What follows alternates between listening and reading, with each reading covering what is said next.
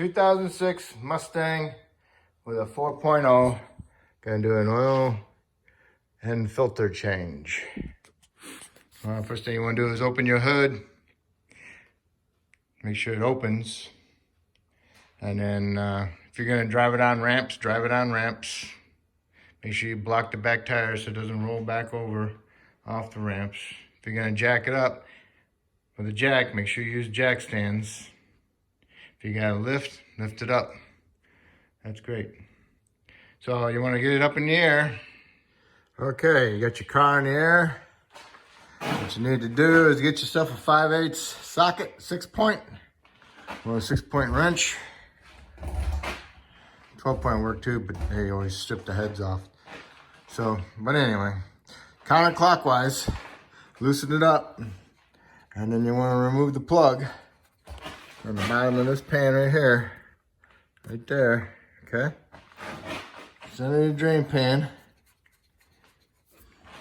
So when your tape comes out, it goes right into it, all right?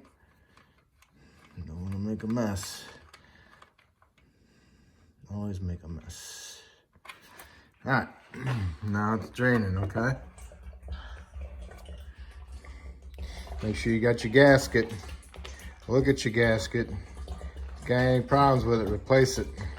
You should always have an extra gasket. Go on Amazon and get yourself a drain plug and gasket. Okay, so now I just let it drain. Okay, it's still draining. When it gets less than that, then we'll put the plug back in. So since you got it up in the air, if you got it on jack stands, that's great. That means you can take the tire and grab it and push it in and out this way.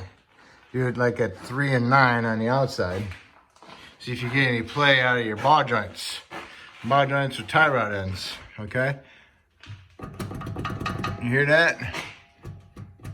That's the ball joint. I don't know if you can see it because of the light. All right, the ball joint's bad. Not ball joint, tie rod end. And the boots are split. Okay, both boots are split, so they need to be replaced. So I'm gonna replace those in a bit. All right, then you just walk around underneath, look at your trans, okay? Look at your exhaust. Make sure you don't see no fluid leaks. All right, if you can get back there, and then you come to the back. See any fluid leaks? There's the drive shaft, pinion seal leak, leaking differential fluid. Check out your rear suspension. Check your shocks, see if there's any fluid coming out of them. If they're wet, they'll collect dirt. And they'll be a little darker color, so those look good. Okay, and look at your exhaust, make sure there's no rusted holes in it. Okay, everything looks good otherwise. So, next, while it's up in the air, you wanna check your tire pressure. Okay, you do that while you're letting this stuff dry. Or drain, I mean, sorry. All right, so now we're gonna put the drain plug back in. All right, put the drain plug in there, tighten it up to 19 foot-pounds, and then wipe it off with a rag, all right?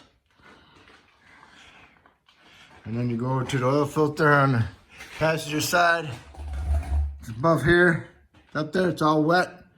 I didn't put no tool on or nothing yet. Watch, see it's all wet underneath there because it's all wet. Watch the filter. Barely turn it, look at that. Loose. So if you're gonna do your oil changes, whoever, make sure they know what they're doing. All right, filter came right off.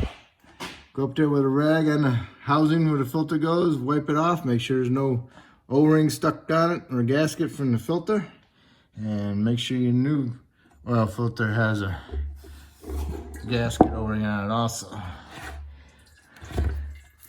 That'd be this piece right here, the black thing. Okay, so I'm gonna wipe it off, get a new filter, put some lube on the filter ring. Okay, so that way you know what's on there. Okay, a new filter, got some anti-seize on it because it's habit from work.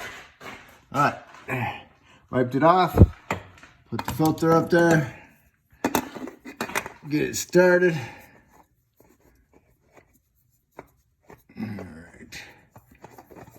Spin it all the way up there. Get as tight as you can get with your hand. You got a band steel oil filter wrench. Use that and snug it up. Band steel oil filter wrench. I turned it about 3/4 of an additional turn, okay? You don't want it so tight that you can't get it off, but you want it tight. Okay, you're done underneath. Lower it down to the ground. Everything's cleaned off underneath. Your tire pressures are set. So now all you do is find your oil cap. Most of the time, oil caps tell you what it takes. 530. Okay. Put your funnel on there and pour your 530 in there. Okay, you got your oil in there. I put 5 quarts in. What you want to do is you want to pull out your dipstick, wipe it off, and inspect it and see where the cross hatches are at, and then or dots, and stick it back in there and see if there's any fluid on it. Okay, mine's got cross hatches and holes. And it's right at the top of my top hole, so I'm good. So I'm gonna put it back together, take my funnel off, put my cap on, and I'm gonna start it.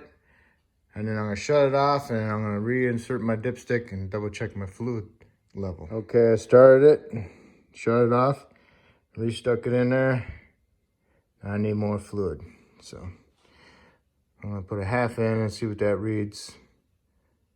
I'm gonna put a 1/2 quart in, restick it, and see where I'm at.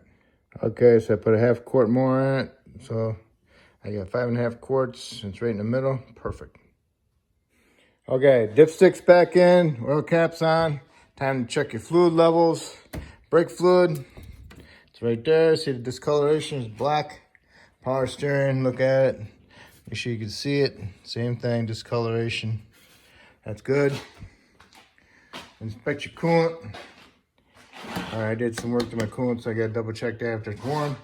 Washer solvent. Over here and put some washer solvent in it. After you fill that up, then you want to go ahead and lube your door hinges, lube your hood latch so it doesn't stick on you. Put some spray in your hood hinges in the corners, and put your oil change sticker on it. Add 3,000 miles of what's on your vehicle right now, and that's it. That's how you do your oil change.